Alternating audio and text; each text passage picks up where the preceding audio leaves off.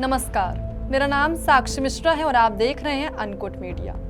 उत्तर प्रदेश देश का सबसे ज्यादा आबादी वाला राज्य और अब तेजी से विकसित हो रहे इंफ्रास्ट्रक्चर का नया केंद्र बन रहा है। Expressway, defence corridor, metro network और अब नोएडा इंटरनेशनल एयरपोर्ट।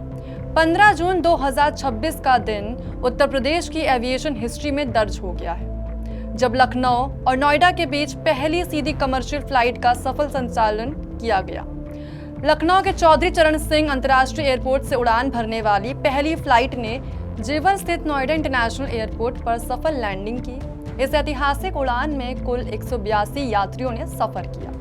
यहाँ पर खास बात तो ये रही कि इस उड़ान में अभिनेत्री गुल पनाग भी मौजूद थी, जिन्होंने इस ऐतिहासिक क्षण की साक्षी बनकर इसे और ज्यादा खास बना दिया। पहली उड़ान के मौके पर एयरपोर्ट परिसर में विशेष समारोह आयोजित किया गया, दीप प्रज्वलन किया गया, केक कट किया और इस नई शुरुआत का जश्न मनाया गया। एयरलाइन और एयरपोर्ट प्रबंधन के वरिष्ठ अधिकारियों ने इसे उत्तर प्रदेश के लिए बड़ी उपलब्धि बताया। दरअसल नोएडा इंटरनेशनल एयरपोर्ट को उत्तर भारत के सबसे बड़े उभरते एविएशन हब के रूप में विकसित किया जा रहा है। यह एयरपोर्ट गौतम बुद्ध नगर जिले के जेवर क्षेत्र में बनाया गया है और इसका उद्देश्य है दिल्ली एनसीआर पर बढ़ते हवाई यातायात के दबाव को कम करना। इसके साथ ही पश्चिमी उत्तर प्रदेश के करोड़ों लोगों को बेहतर हवाई कनेक्टिविटी उपलब्ध कराना भी इसका मुख्य लक्ष्य है। अब तक बात करें तो नोएडा, ग्रेटर नोएडा, गाजियाबाद, बुलंदशहर, अलीगढ़ और आसपास के जिलों के यात्रियों को हवाई यात्रा के लिए दिल्ली के इंदिरा गांधी इंटरनेशनल एयरपोर्ट पर निर्भर रहना पड़ता था, लेकिन अब जेवर एयरपोर्ट उनके लिए एक नया विकल्प बनकर उभर रहा है। लखनऊ और नोएडा के बीच शुरू हुई यह नई उड़ान कई मायनों में महत्वपूर्ण मानी जा रही है। लखनऊ उत्तर प्रदेश की राजधानी है, जहां पर प्रशासनिक गतिविधियों का केंद्र मौजूद है। वहीं नोएडा देश के प्रमुख आईटी, स्टार्टअप, कॉरपोरेट और औद्योगिक केंद्रों में शामिल है। हर दिन हजारों लोग व्यापार, नौकरी, शिक्षा, सरकारी काम और निवेश से जुड़े कारणों से दोनों शहरों के बीच यात्रा करते हैं। सड़क मार्ग से यह यात्रा आम तौर पर 7 से 9 घंटे तक ले सकती है। ट्रैफिक और मौसम की स्थिति के अनुसार यह समय और भी बढ़ सकता है, लेकिन नई हवाई सेना के जरिए यह दूरी अब सिर्फ 1 घंटे में तय की जा सकेगी, यानी समय की बड़ी बचत होगी और यात्रा में अधिक सुविधा भी मिलेगी। इसके साथ ही एयरपोर्ट प्रबंधन के अनुसार लखनऊ से नोएडा के लिए फ्लाइट सुबह 7:05 पर रवाना हुई और सुबह 8:05 पर जेवर एयरपोर्ट पर पहुंची। वहीं नोएडा से लखनऊ के लिए उड़ान शाम 6:55 पर रवाना होगी और रात 8 बजे लखनऊ पहुंचेगी। यात्रा का कुल समय लगभग 1 घंटा निर्धारित किया गया है।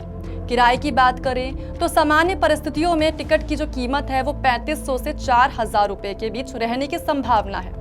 हालांकि एयरलाइन इंडस्ट्री में मांग और उपलब्ध सीटों के आधार पर किराए में बदलाव होता रहता है। साथ ही उद्घाटन उड़ान के दौरान मांग अधिक होने के कारण टिकट का किराया लगभग 6500 से 7500 रुपए तक पहुंच गया था। इस उड़ान में सफर करने वाले यात्रियों का उत्साह भी देखने लायक था। कई यात्रियों ने इसे ऐतिहासिक पल बताया। यात्रियों का कहना है कि अब उन्हें दिल्ली एयरपोर्ट तक पहुंचने के लिए ट्रैफिक और लंबी दूरी की परेशानी नहीं झेलनी पड़ेगी। इससे समय की बचत भी होगी और यात्रा पहले से अधिक आरामदायक भी बनेगी।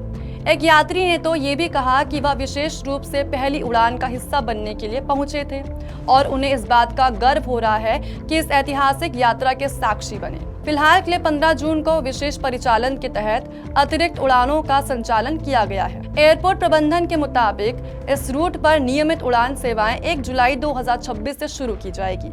कई एक्सपर्ट तो ये भी मान रहे हैं कि यह सेवा सिर्फ यात्रियों को नहीं बल्कि प्रदेश की अर्थव्यवस्था को भी लाभ पहुंचाएगी। बेहतर कनेक्टिविटी से निवेश आकर्षित होंगे, व्यापारिक गतिविधियां बढ़ेंगी और रोजगार के नए अवसर भी पैदा होंगे। यही कारण है कि जेवर एयरपोर्ट को उत्तर प्रदेश के विकास मॉडल का एक जरूरी हिस्सा माना जा रहा है। लखनऊ और नोएडा के बीच शुरू हुई यह नई उड़ान सिर्फ 2 शहरों को नहीं जोड़ती, बल्कि विकास, निवेश और आधुनिक उत्तर प्रदेश की नई तस्वीर को भी जोड़ती है।